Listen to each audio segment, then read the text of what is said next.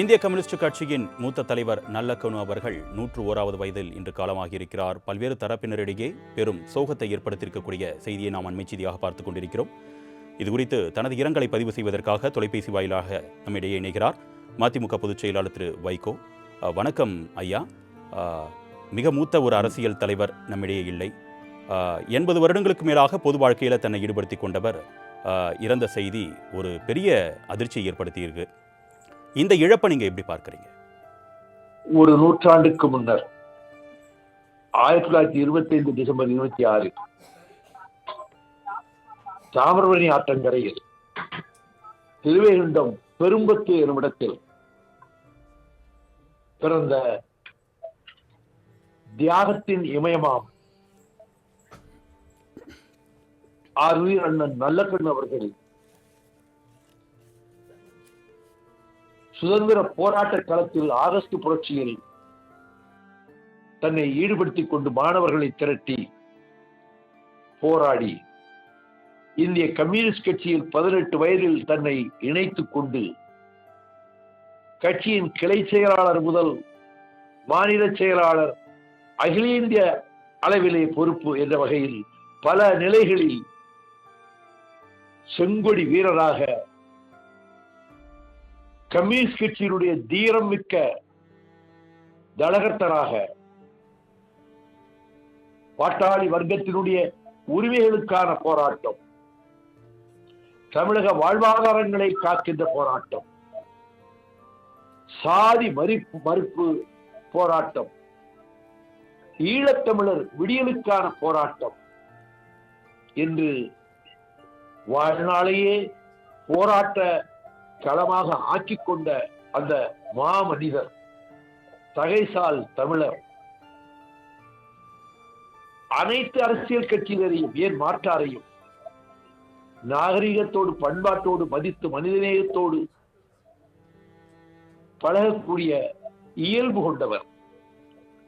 என்னுடைய கலிங்கப்பட்டி கிராமத்துக்கு 4 முறை வந்திருக்கிறார். என் இல்லத்தில் என் தாயார் உணவு பரிமாற அவர் தன்னுடைய பொன்னான நேரத்தை எங்களுக்கு ஒதுக்கி தரக்கூடிய பேர் எங்களுக்கு கிடைத்தது. பொது வாழ்வில் நுழைபவர்கள் இலக்கணமாக, முன்மாதிரியாக, எடுத்துக்காட்டாக, பின்பற்றத்தக்கவராக அண்ணன் நல்லக்கண்ணு அவர்களினுடைய வீரமும் தீரமும் தியாகமும் கொண்ட பொது வாழ்வு அமைந்திருந்தது. அவர் இந்த மண்ணை விட்டு மறைந்தாலும் விண்ணும் மண்ணும்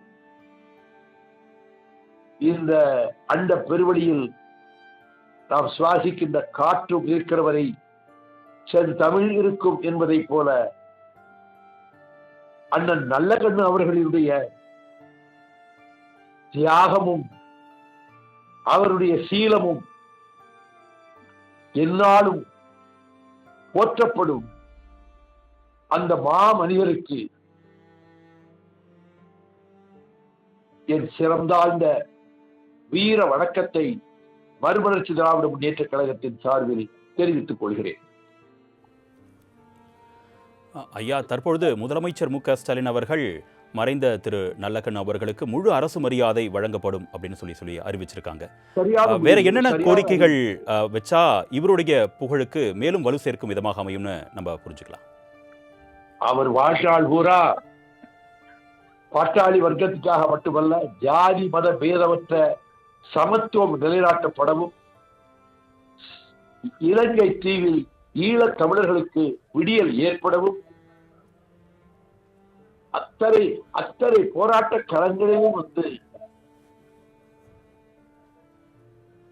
களத்தில் நின்று தன் உறுதிப்பாட்டை நிலைநாட்டியவர். அதனால்தான் அவர் அரசியலுக்கு வருபவர்களுக்கெல்லாம் எடுத்துக்காட்டு, முன்மாதிரியாக என்றைக்கும் பிரகாசிப்பார் என்று சொன்னேன்.